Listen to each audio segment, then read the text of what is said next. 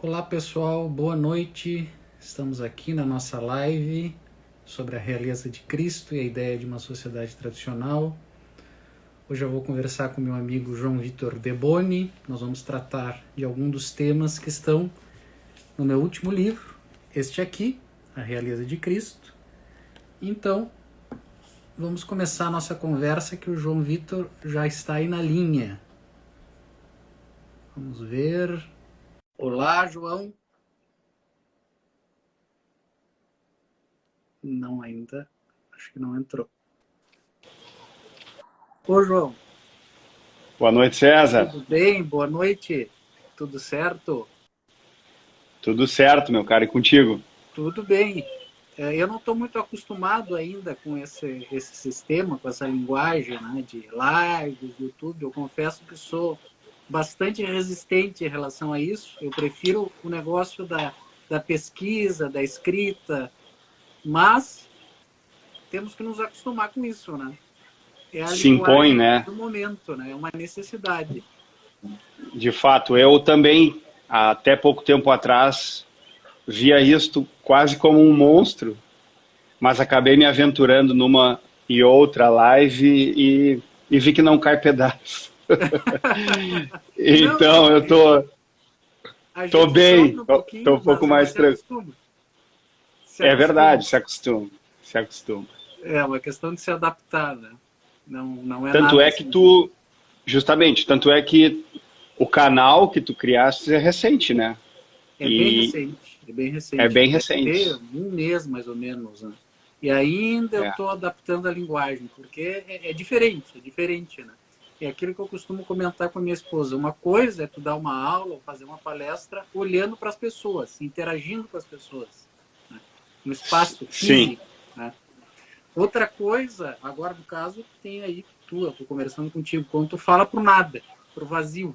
claro, tu Parece não que sabe se tu diz boa noite porque eventualmente alguém vai assistir no futuro e pode estar assistindo de manhã, então o boa noite já fica. Então tu já é pensa numa congratulação mais geral, né? Essas nuances exatamente. também são É uma coisa interessantes. uma coisa um pouco fria, mas faz parte, faz parte. Nós nos Exato, adaptamos. exato. Mas estamos aí, João. Então, como eu estava dizendo antes, estou lançando esse novo livro, A Realeza de Cristo, a Ideia de uma Sociedade Tradicional. O livro ele já está à venda no meu site. O site eu coloquei nas redes sociais, mas vou repetir aqui, www.cesarranquetat.com.br. César Ranquetat, tudo junto, ranquetat.com.br. Você pode adquirir diretamente lá no site ou pode adquirir via plataforma Hotmart. O link da plataforma Hotmart com o livro em versão e-book também está no site. Então, quem tiver interesse na temática, eu indico o livro. A ideia do livro, já para iniciar a nossa conversa, ela é tentar transmitir com uma linguagem clara, com uma linguagem didática, a doutrina perene da Igreja sobre a realeza de Cristo, destacando principalmente os aspectos antropológicos, políticos, sociológicos, bem como todo o elemento simbólico e metapolítico que está relacionado com essa temática tão importante, que é um dogma da Igreja, né? Em que pese esses ventos laicizantes e modernistas, a ideia da realeza de Cristo é um dogma da Igreja e é um patrimônio da tradição da Igreja e que precisa ser resgatado e que precisa ser reafirmado. Então, o livro apresenta para um público leigo aquilo que é o coração, aquilo que é a essência da doutrina da realeza social de Cristo.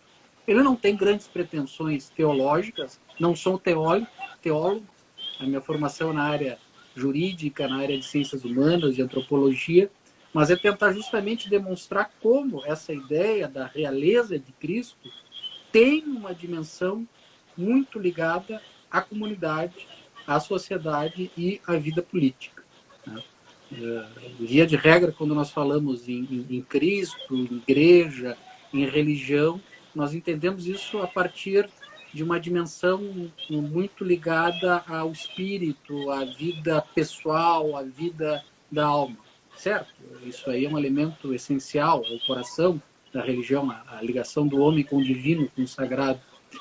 Mas quando nós estamos tratando sobre a realeza social de Cristo, nós temos esse outro lado, essa outra faceta, que é a projeção dos princípios do cristianismo nas relações sociais, na vida comunitária.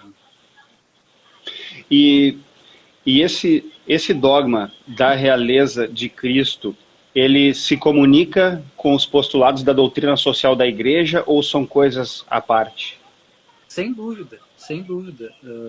Digamos que é o elemento central da doutrina social da Igreja. Então, quando começa a doutrina social da Igreja?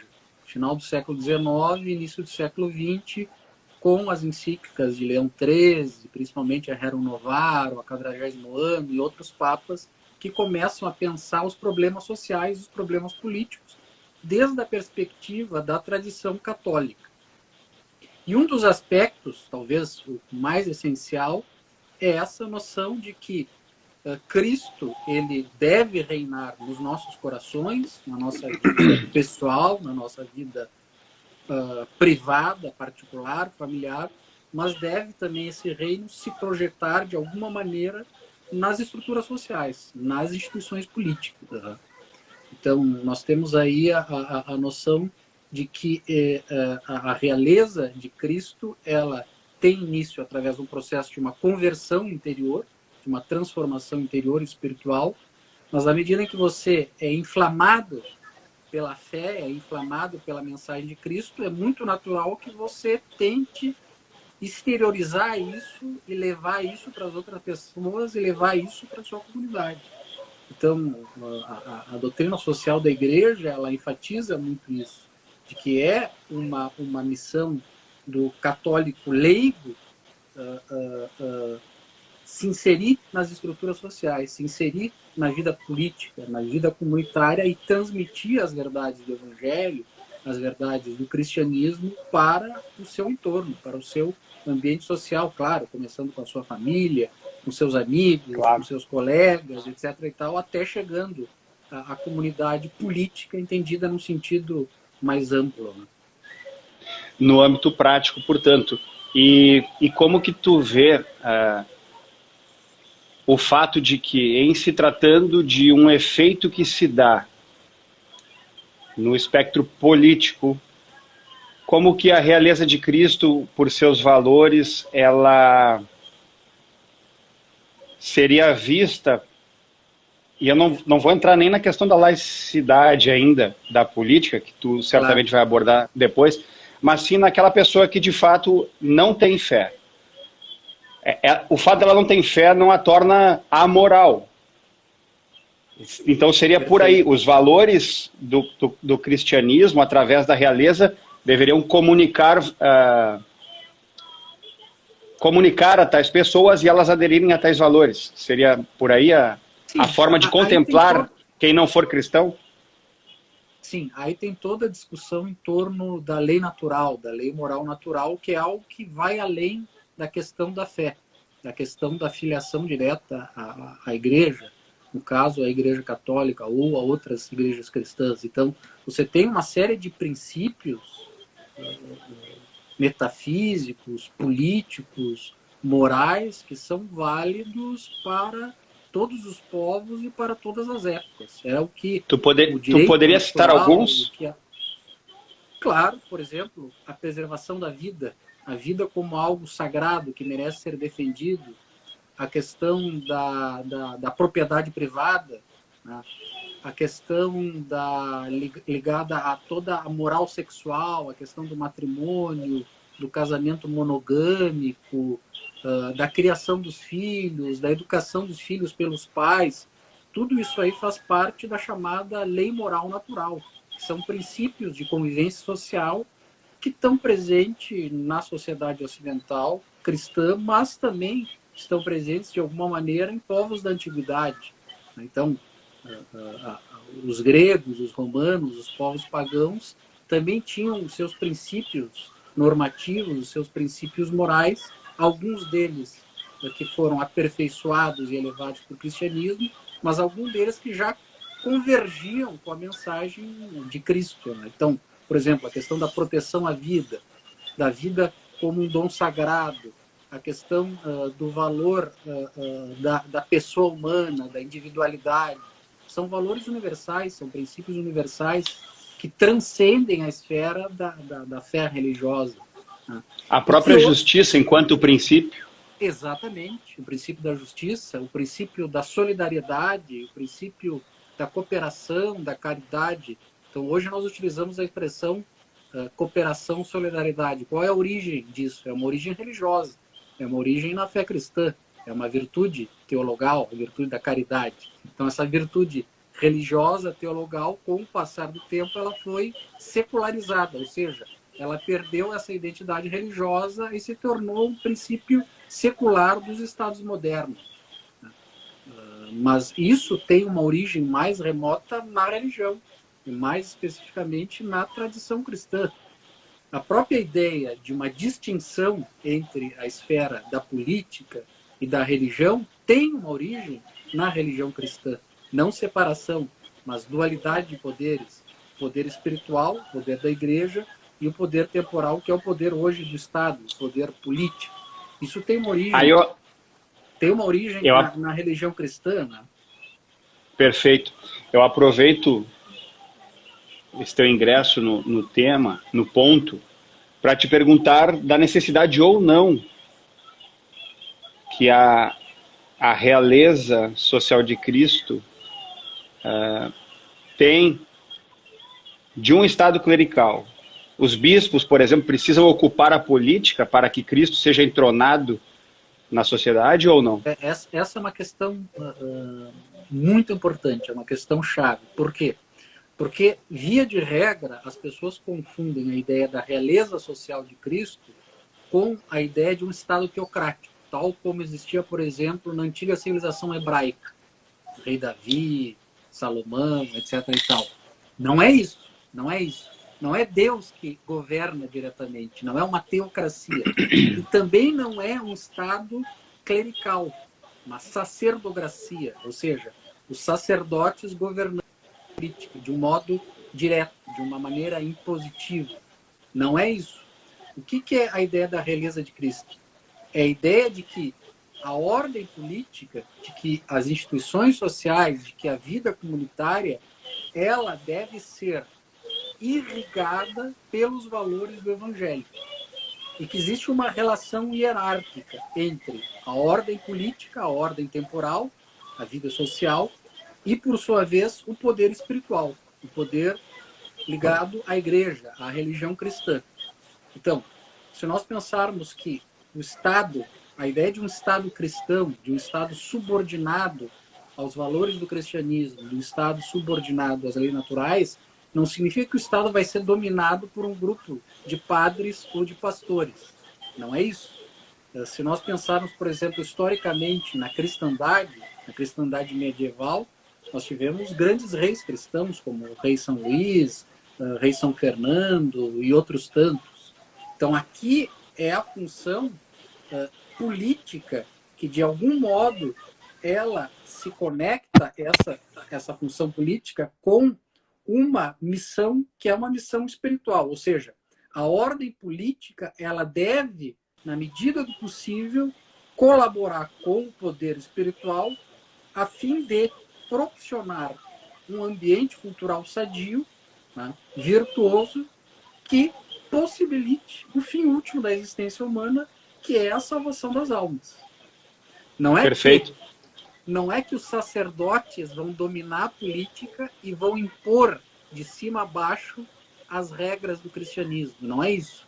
É você criar um ambiente social que seja propício à irrigação, à transmissão, à influência desses valores espirituais, desses valores cristãos. Então, por exemplo, se nós temos numa sociedade ordem, justiça, paz e tranquilidade, as pessoas vão ter tempo para estudar, as pessoas vão ter tempo para orar, as pessoas vão ter tempo para cultivar a vida interior. Então, esse é um ponto chave, é um ponto importante. Porque se você não tem paz e ordem interna, se você não tem harmonia social, você não tem espaço, você não tem tempo para a vida interior, para a vida contemplativa, para a vida de estudos. É aquilo que dizia o Santo Agostinho. Cabe ao poder político proporcionar a tranquilidade da ordem, proporcionar à sociedade, à comunidade, um mínimo de harmonia, de equilíbrio, para que as pessoas possam voltar a sua atenção à vida interior, à vida do espírito. Perfeito. E em algum momento, Cristo já foi mais rei do que ele é hoje? Eu vou tentar já, né? Creio que sim. A resposta é sim. E eu já adentro na problemática, que é a seguinte: nos parece que se a gente for fazer uma analogia com a partida de futebol, o time da realeza de Cristo contra o time que quer destronar Cristo, nós estamos sofrendo uma goleada importante, de modo que a gente tem que correr atrás do prejuízo para que nós possamos devolver esses valores ao local de destaque que eles deveriam estar na sociedade, não só brasileira, não só na gaúcha, mas na mundial. Então, perfeito, o que tu tem a dizer sobre essa busca do prejuízo que nós temos aí, que é hediondo? Talvez seja o momento mais crítico da história, o que nós estamos vivendo. Então, as forças do anticristo avançam cada vez mais. Mas cabe a nós, enquanto cristãos, enquanto católicos, anunciar e pregar a verdade sempre. Combater o bom combate. Até um rapaz me mandou uma mensagem esses dias, né, pelo Facebook. Professor, escrever um livro sobre a realeza e realeza de Cristo, falar sobre rei, Cristo e tradição, isso aí não cola, isso aí não dá mais. Ninguém dá bola para isso. Falar sobre valores ligados à disciplina, à hierarquia, à ordem, falar sobre o sagrado, sobre a tradição, sobre o espírito, sobre a religião. As pessoas querem ganhar dinheiro, comer, consumir e se divertir. Né? Então, dá a impressão, num primeiro momento, que essa ideia da realeza de Cristo é um negócio... É utópica.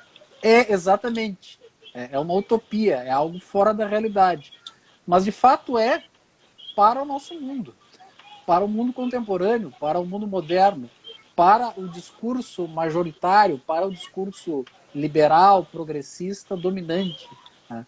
Agora, tem o seguinte, o fato de que hoje nós estejamos numa condição histórica, cultural, de crise, de decadência, de degradação, não significa que isso permanecerá assim para sempre. Tudo que acontece na história, tudo que acontece na sociedade, na política, não tem um caráter mecânico, determinístico e fatal. As coisas podem se alterar, as coisas podem se modificar. Em primeiro lugar, pela intervenção do homem, né? Nós somos dotados da capacidade de resistência, de liberdade e, sobretudo, por uma intervenção divina, sobrenatural. Então, nós não podemos descartar essa possibilidade, né? Porque quando tudo parece perdido é que aparece justamente a salvação. Talvez. Então, eu acho que o católico, o cristão, ele não pode perder jamais a fé, ele não pode perder jamais a esperança. Né? Então, hoje as coisas estão muito difíceis, mas nós não sabemos se daqui 10, 15, 20 anos talvez nós tenhamos um cenário completamente diferente do atual. Nós não sabemos até quando esse mundo, tal como ele está estruturado, sob bases completamente frágeis, ele vai durar muito tempo. O que vai vir depois? Então, a história ela é aberta, a história ela é algo imprevisível, é algo incerto. Mas você tem toda a razão. O momento, ele é um momento crítico, ele é um momento que, utilizando uma linguagem própria da tradição católica, é um momento escatológico, apocalíptico. Perfeito. Nós não podemos negar isso. Né? Mas, por outro lado, nós temos que fazer o que deve ser feito. Nós temos que cumprir com a nossa missão, né? Sabendo que, no momento, a situação é extremamente crítica e que tudo conspira contra nós, né? Mas eu tenho a impressão que, embora eu olhe para o placar e eu ainda veja uma goleada, que alguns gols estão sendo feitos. E eu vou ilustrar a figura de linguagem. Até pouco tempo não se falava de tais coisas por receio, por medo. Não se havia espaço para se falar de tais coisas.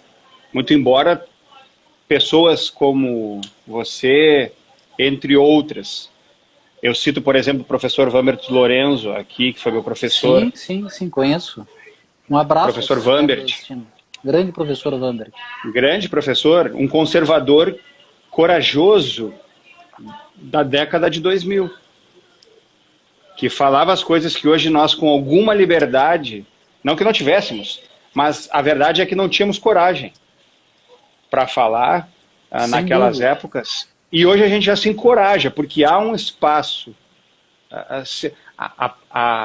A narrativa, ela ganhou de fato um contraponto. A narrativa progressista, a narrativa anticristã, ela ganhou um contraponto franco e ela está se robustecendo.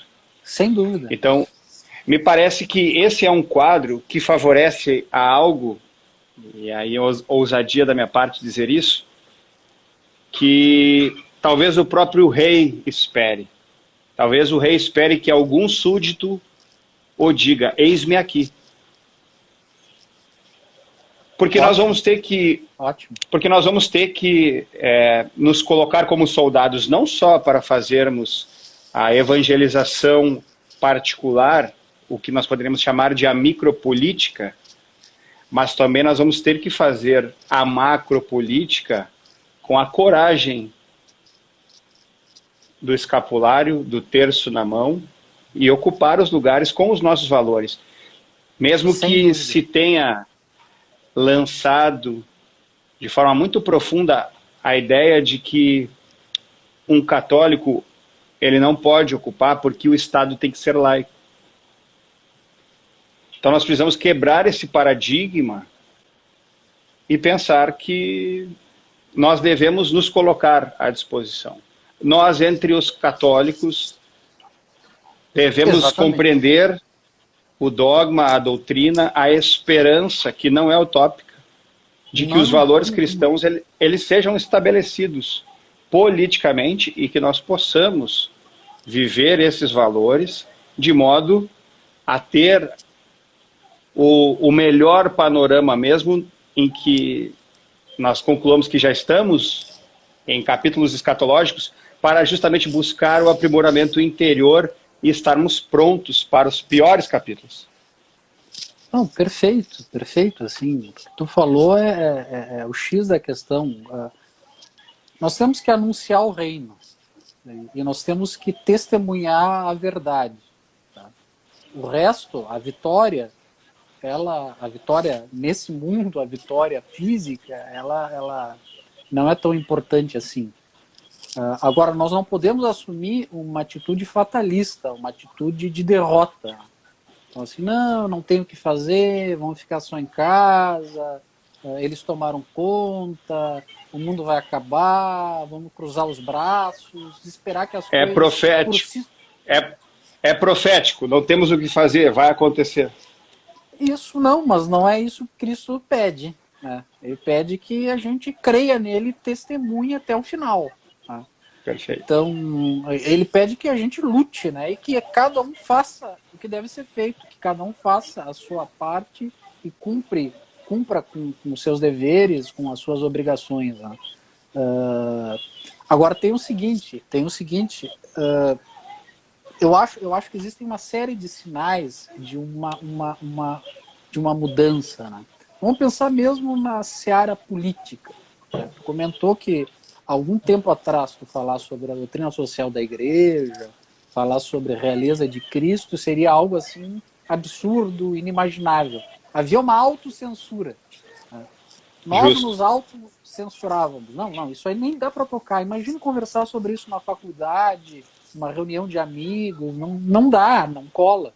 Hoje você tem uma série de iniciativas no Brasil, e não só no Brasil, nos Estados Unidos, na Europa, no mundo inteiro, seja no âmbito católico, seja no âmbito político ligado a essas forças conservadoras, patrióticas, tradicionalistas, contra-revolucionárias. Por quê? Porque as pessoas despertaram, as pessoas começaram a se dar conta que essa narrativa, a narrativa oficial, a narrativa hegemônica da grande mídia, do establishment, isso aí é uma falsidade, isso aí é uma mentira.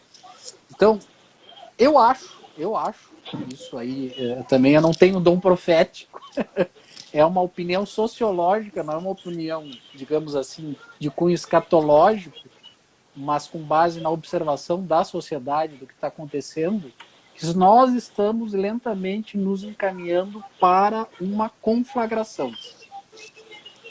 Para um embate, mas um embate que não vai ser apenas um embate no campo das ideias, que vai além disso. Porque as pessoas estão chegando a um limite. Estão chegando a um limite. O sistema dominante, tal como existe hoje, ele sufoca as pessoas. Ele tá cada vez mais tornando-se uma coisa, digamos assim, indigesta. De tal modo que as pessoas elas começam a reagir, às vezes até reações confusas, desesperadas. Mas isso indica o quê? Que existe uma doença social, existe uma doença cultural, uma patologia espiritual. Algo está errado. E se algo está errado, isso tem que ser mudado, isso tem que ser transformado. Agora, como vai ser transformado? Eu acho que só existe um caminho, que é o caminho da fé, que é o caminho da religião, que é o caminho da espiritualidade, que é o caminho de Cristo, da realeza de Cristo. Nós temos que retornar à tradição, retornar a Cristo. A partir daí, dessa mudança, dessa conversão interior, nós podemos pensar em reestruturar a vida social, a vida cultural, a vida comunitária. Mas sem essa reforma interior, fica difícil todo o resto. Né? Então, esse trabalho de autoformação, de educação, de oração, de contato com Deus, a questão também da ajuda ao próximo, da caridade, isso aí é essencial. Né? Isso aí é essencial. A partir daí, nós vamos despertando a consciência das outras pessoas. Né?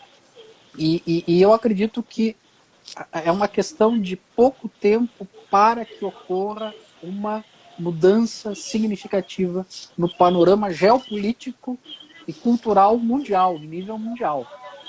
Por quê? Porque eu insisto, as máscaras caíram e o rei do demônio, do anticristo, está nu. Então, eles conseguiram mentir por muito tempo, mas agora a coisa não se sustenta mais. Sim, está ficando cada vez mais evidente. Nossa conversa, para não ficar só em questões filosóficas, teológicas, e trazer um pouco para a nossa realidade. Né? Claro. Porque, como eu te disse, né? Por que falar na realeza de Cristo? Por uma questão muito simples. Porque se tu tem a realeza de Cristo, você tem do outro lado, como tu colocou bem, um inimigo que quer destruir a realeza de Cristo. Né? E esse inimigo hoje, ele está nos ganhando. Ele está entronado. Sim, sem dúvida. E nós estamos ainda por ver talvez uma situação ainda mais crítica. Nós temos que estar preparado para isso. E isso, eu sempre digo, né, isso está no livro também, de a necessidade de ter uma visão bíblica dos fatos humanos, uma visão religiosa dos fatos humanos, porque as pessoas ficam muito na discussão política, e principalmente da pequena política, da política com P minúsculo, e perdem essa visão mais, digamos, mais ampla, mais complexa. Por que eu digo isso? Porque todos os acontecimentos da história humana, eles estão inseridos dentro de um quadro revelados. Muito maior e já foram revelados. Perfeito. Já foram revelados. Então, a história humana ela se desenrola no interior de uma história cósmica, de uma história sagrada, de uma história divina. E se nós lermos as Sagradas Escrituras, os padres da igreja, os doutores da igreja, nós vamos entender exatamente o que está acontecendo hoje. Tá? Nós não precisamos nos especializar em sociologia, história, ciência política. Basta ler a Bíblia Sagrada que você vai entender tintim por tintim o nosso tempo. Principalmente se você ler o livro do Apocalipse. Né? Agora, é aquilo. O que é ruim pode ser mudado. E o Apocalipse, ao mesmo tempo que tem esse aspecto de fim dos tempos, ele significa a revelação, o desvelamento. E a passagem de um tempo para um outro tempo. E talvez a grande pretensão daqueles que querem ver Cristo entronado não seja, por óbvio, ir contra aquilo que já está profetizado, mas sim criar um ambiente para que nós estejamos diante das circunstâncias que favoreçam a nossa preparação espiritual, para que nós não caiamos do ponto de vista ético e moral, submetidos a leis iníquas. Né? Então,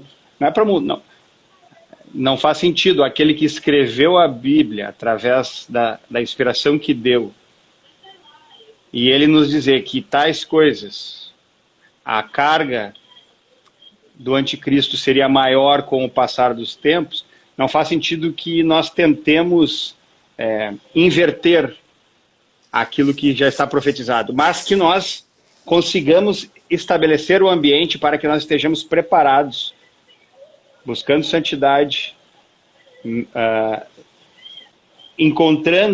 pavimentando o caminho estreito em meio a essas largas avenidas seculares e mundanas que vão se pavimentando ao longo dos últimos anos.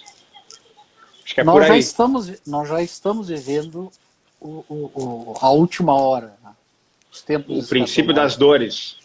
Sem dúvida, isso é evidente. Os sinais são claríssimos. Pois não, conclua, César, então, depois eu quero te colocar uma questão. Já estamos vivendo a última hora, a hora decisiva, os tempos finais, os tempos escatológicos. A apostasia avança e agora o próximo passo é a manifestação do filho da perdição no ministério da iniquidade, que é o anticristo. Isso é claríssimo. Agora, qual é a nossa atitude frente a essa realidade? O que nós podemos fazer? Qual é a nossa missão? Qual é o nosso dever? É isso que tem que ser colocado.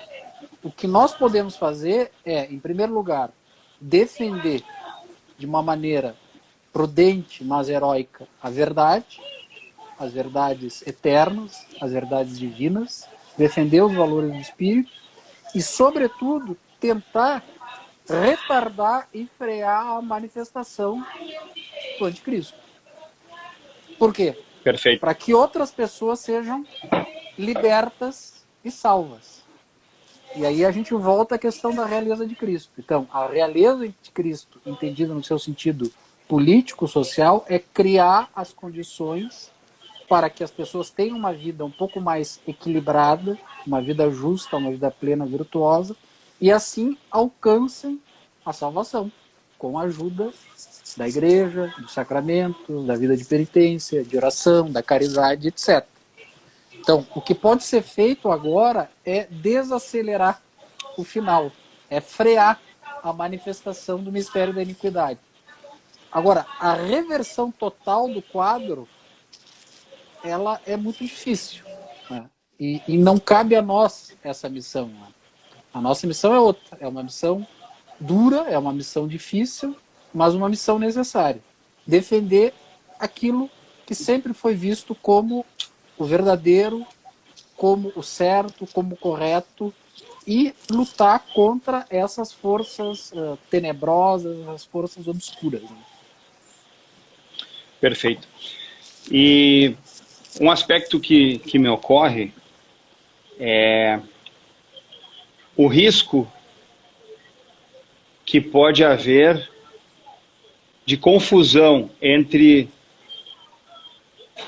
a teologia da libertação, que se propõe como um meio de salvação das coisas temporais, quase que como colocando em segundo plano a ideia de que o reino dos céus ele está no porvir, na sua plenitude, achando que aqui se conseguirá estabelecer o fim último de Deus. Qual é o risco de que a doutrina da realeza social de Cristo incorra no mesmo erro? É uma pergunta chave também e uma pergunta muito pertinente. Para começo de conversa, nós não podemos confundir o reino com R minúsculo com o reino com R maiúsculo. Então, o reino dos céus, o reino de Deus, é um reino transcendente, é um reino sobrenatural que está além desse mundo, que está além do tempo, que está além dessa dimensão imanente, temporal desse mundo. Tá? Agora, nós podemos preparar na nossa vida e preparar na nossa sociedade, digamos assim, os instrumentos, as armas que nos possibilitem chegar lá perante Deus de uma forma mais digna, de uma forma mais nobre. Então, nós alcançamos a eternidade, de alguma maneira, na Terra, através dos nossos esforços, através da fé e do testemunho da verdade. Então, nós nos encaminhamos para o céu aqui nessa batalha terrestre, na luta terrestre, na luta diária, com auxílio, claro, da graça divina e com a vida de oração. Mas não há uma desconexão total entre o céu e a terra. Então, qual que é o mistério central do cristianismo? É o mistério da encarnação, de Deus feito homem, de Deus que assumiu a condição humana para que o homem possa se elevar e participar da condição divina. Então, se a encarnação existe para os indivíduos, para a salvação dos indivíduos, ela, de alguma maneira, também se reflete na comunidade, nas instituições. Perfeito. Então, será o seguinte, quando Cristo fala na redenção, na salvação, ele não fala apenas na redenção do indivíduo, da pessoa, mas da criação inteira. A criação inteira vai ser salva e redimida, vai ser elevada, transfigurada. Se isso acontece, então, no indivíduo e na criação inteira, por consequência, de uma maneira analógica, acontece também para as comunidades, para as sociedades. Deus criou os indivíduos, mas Deus criou também as nações, as pátrias, as comunidades. Se Deus deve viver no coração dos indivíduos, Deus deve ser também amado pelas comunidades. Qual o primeiro mandamento? Amar a Deus sobre todas as coisas. Isso vale para os indivíduos, mas vale para as comunidades. Então, o primeiro dever das comunidades é prestar culto a Deus. Então, se você não tem essa noção, esse discernimento, você cai na apostasia das sociedades modernas, que destronaram Cristo e colocaram no lugar de Cristo ídolos. Sei lá, prazer, o dinheiro, o poder, o ego, o consumo, ou as falsas crenças, as falsas religiões. Né? Agora tem o seguinte, esse reinado social de Cristo, que é a penetração da mensagem do Evangelho nas instituições sociais, não significa a transformação da Terra num paraíso celeste. Ao contrário das ideologias utópicas da modernidade. Vamos pensar no comunismo, no socialismo marxista. Fazer da Terra um paraíso, onde todos sejam felizes, vivam em abundância, onde ninguém precise trabalhar, onde o mundo seria uma maravilha. Não haveria dor, não haveria mais sofrimento. Aconteceu ao contrário disso. Mas é isso que essas ideologias utópicas, como o comunismo, pregavam e ainda apregoam. Então não se trata de trazer para a Terra o paraíso, mas de fazer da Terra, digamos assim, uma antessala do céu. Fazer da Terra um ambiente... Excelente.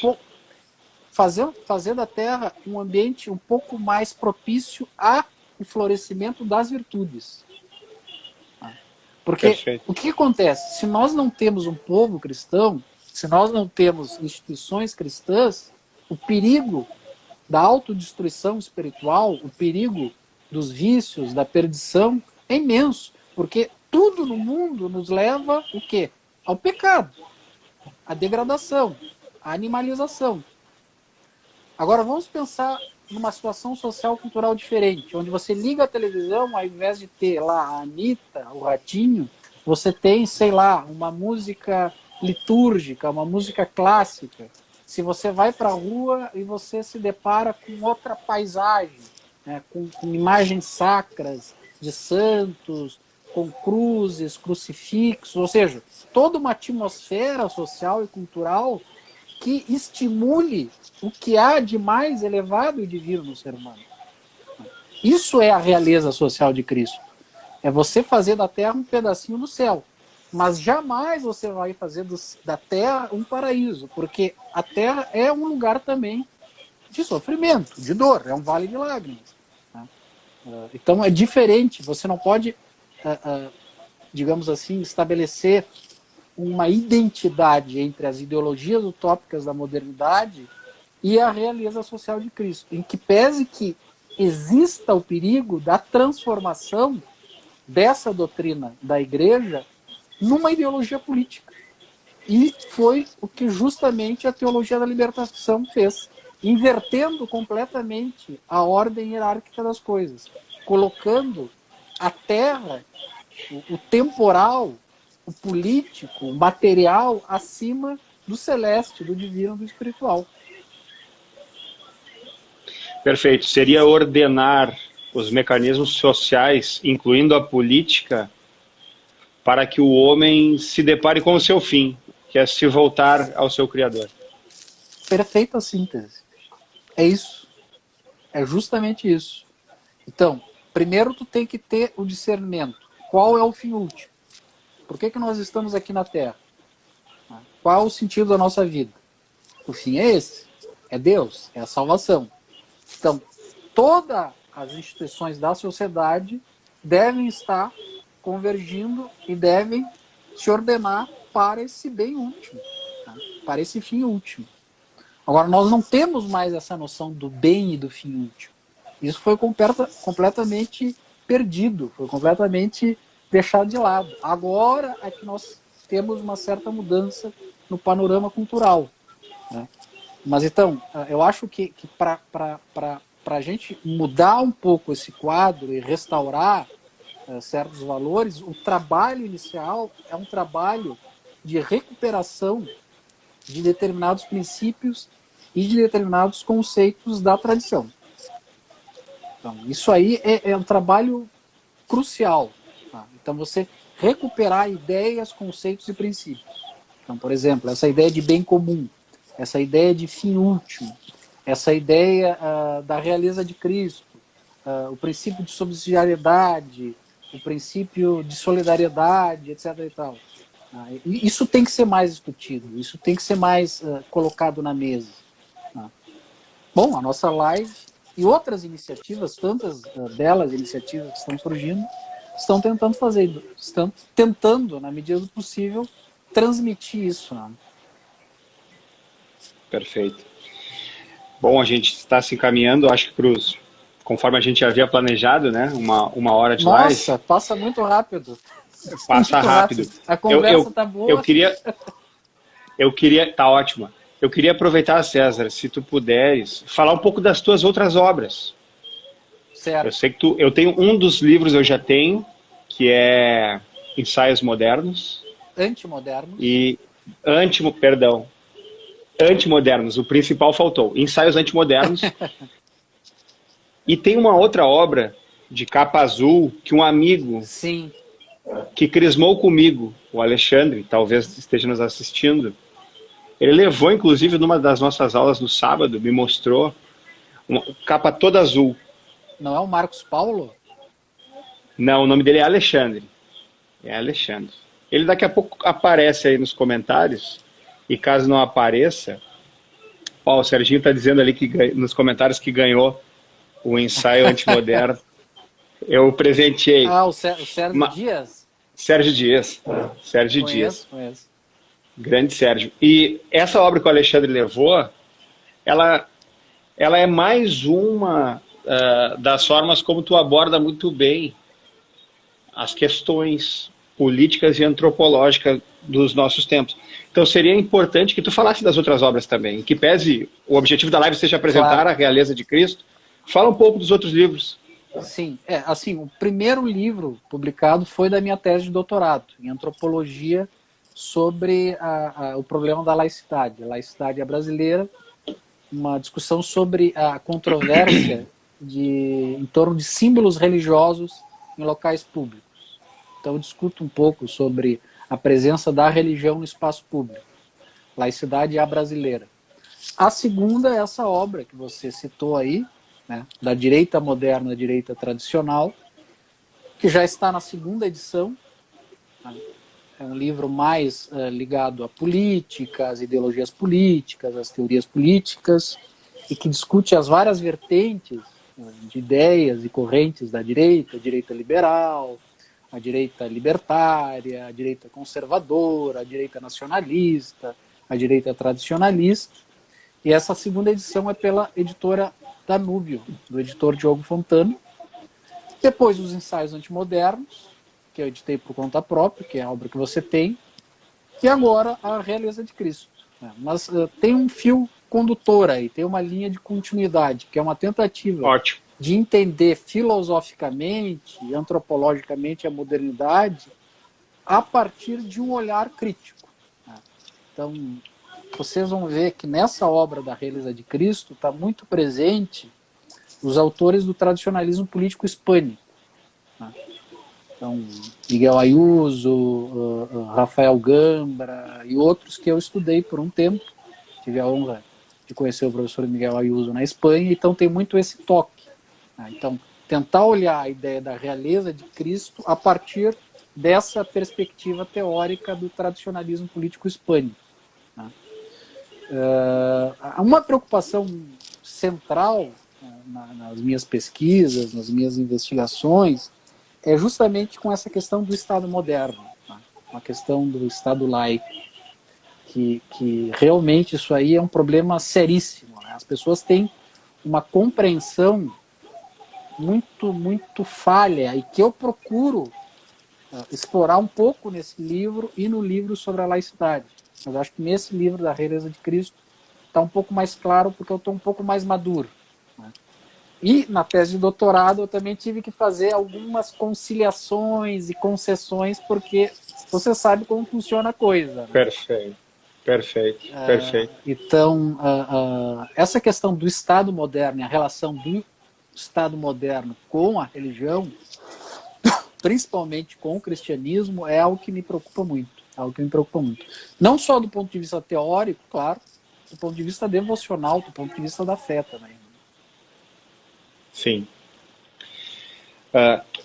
Eu lembro que numa das conversas rápidas que nós já tivemos pelo WhatsApp, eu conheci o professor César por conta de partilharmos de páginas ou amizades em comum no Facebook vinculadas ao tomismo.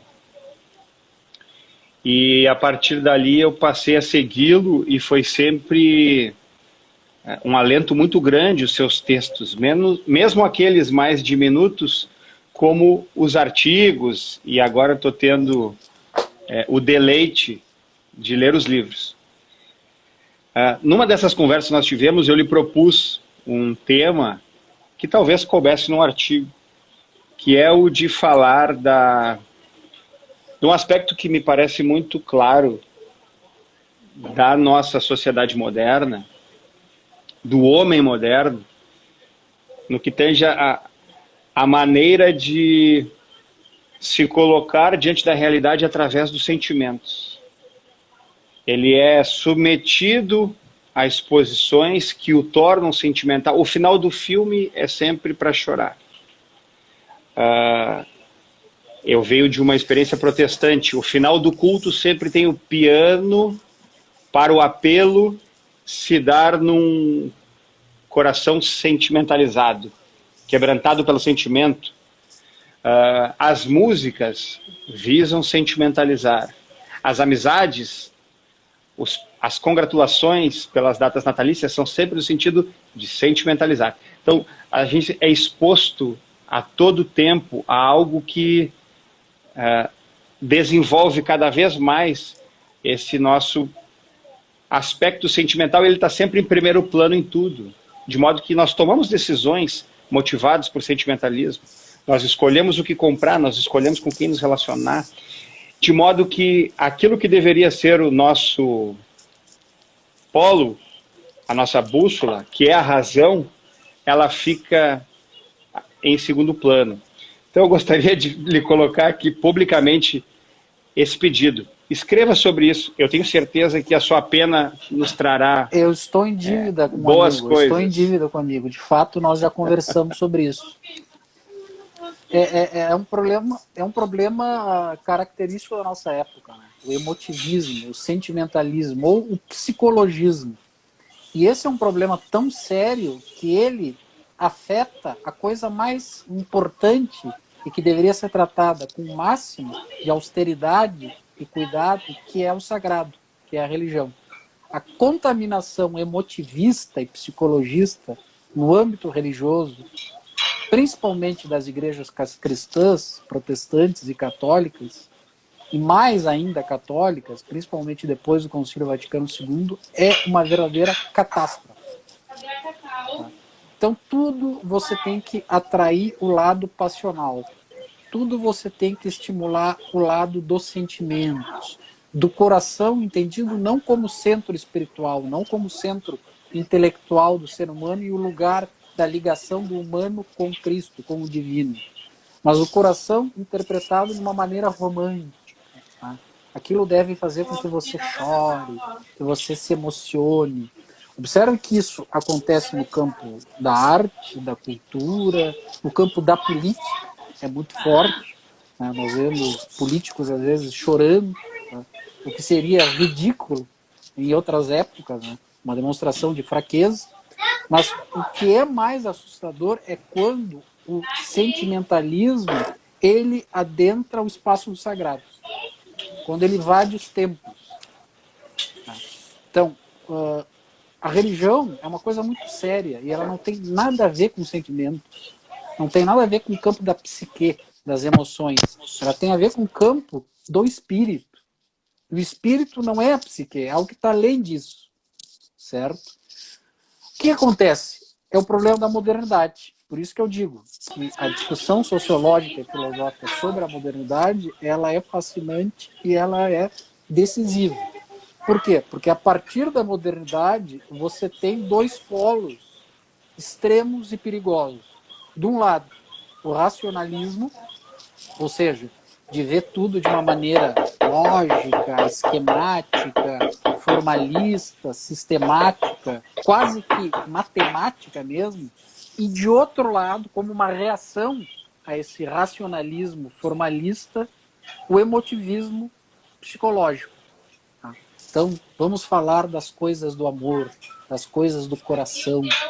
Deus é amor. Ok, Deus é amor, mas nós temos que entender o que é esse amor, o que é esse ágape, né? No sentido mais amplo, no sentido mais complexo do que é pregado, muitas vezes, nas nossas igrejas.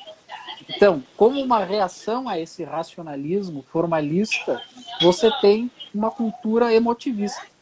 Uma cultura que enfatiza o quê? As paixões, os desejos, as pulsões. Perfeito.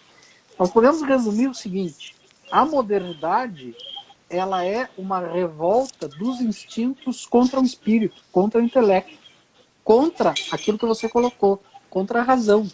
Mas a razão entendida não apenas no sentido da razão lógica matemática, da razão enquanto a qualidade intelectual do homem por meio do qual ele se aproxima e ele apreende a realidade e pode contemplar algo do divino, se aproximar do divino.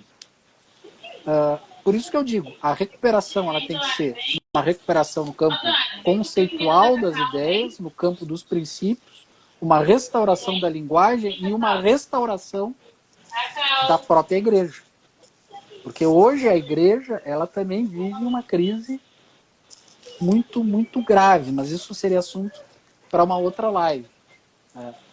Claro, como cristãos e católicos, nós devemos sofrer com a igreja. Né? Amar a igreja é amar a Cristo. E amar a Cristo é servir a Deus. Mas nós não podemos fechar os olhos para esse momento de turbulência que a barca de Pedro está vivendo. Né? O Fernando está perguntando se a live vai ficar disponível, professor. Eu vou tentar deixar ela no Instagram. Eu não sei se eu consigo baixar para o YouTube, mas eu vou deixar por um tempo no Instagram. Dá para deixar por um tempo. Se o senhor conseguir deixar ela no Insta, eu acho que eu consigo baixar o vídeo e de modo que, de alguma maneira, eu tento lhe enviar.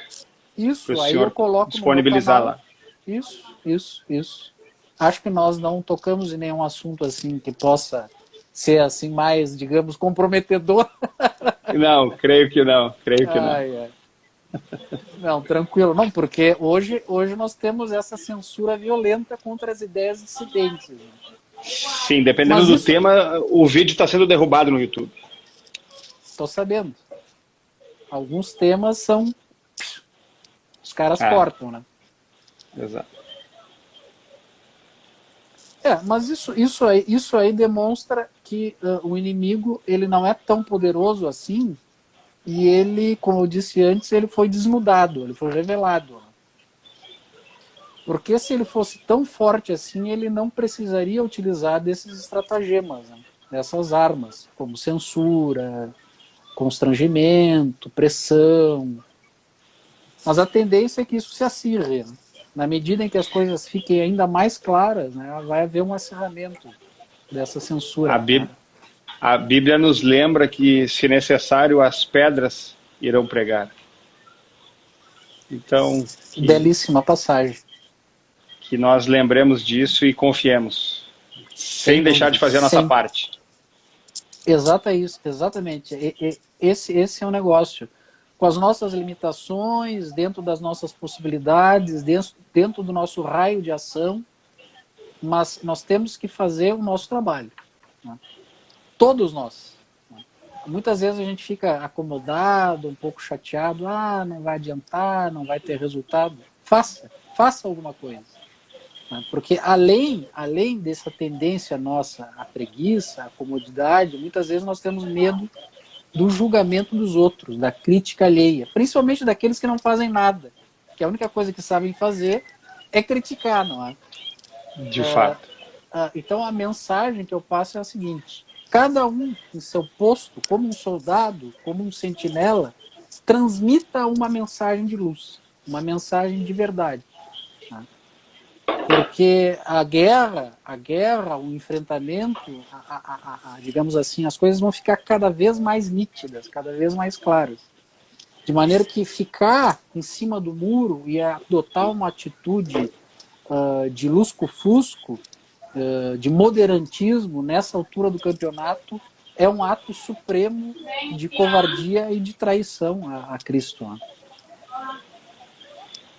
Que Deus nos livre disso. E que nós possamos gritar: Viva Cristo Rei. Sem dúvida, viva Cristo Rei. Professor, para mim uma honra, sem palavras. Obrigado por essa oportunidade. Obrigado por essa oportunidade de estar aqui para diretamente aprender, para lhe fazer essas perguntas. Tenho outras, mas que certamente deverão estar respondidas no livro. Ele deve estar chegando. E que ele alcance os recantos mais longínquos que Deus queira levá-lo e que ele seja sal nas mãos de quem tiver a oportunidade de ler essa obra. Tenho certeza absoluta que é uma grande obra. Muito obrigado, João. E eu que agradeço a tua paciência, a tua disponibilidade, o convite. Sempre muito gentil, muito educado. Muito obrigado. Eu vou fazer uma última propaganda. Adquiram o livro A Realeza de Cristo e a Ideia de uma Sociedade Tradicional no meu site www.cesarranquetá.com.br. Deixa que eu coloco depois ali nas redes sociais, no Insta e no Facebook o endereço direitinho. Muito obrigado. Boa noite a todos. Boa noite a todos. Tchau, tchau. Tudo de bom. Tchau.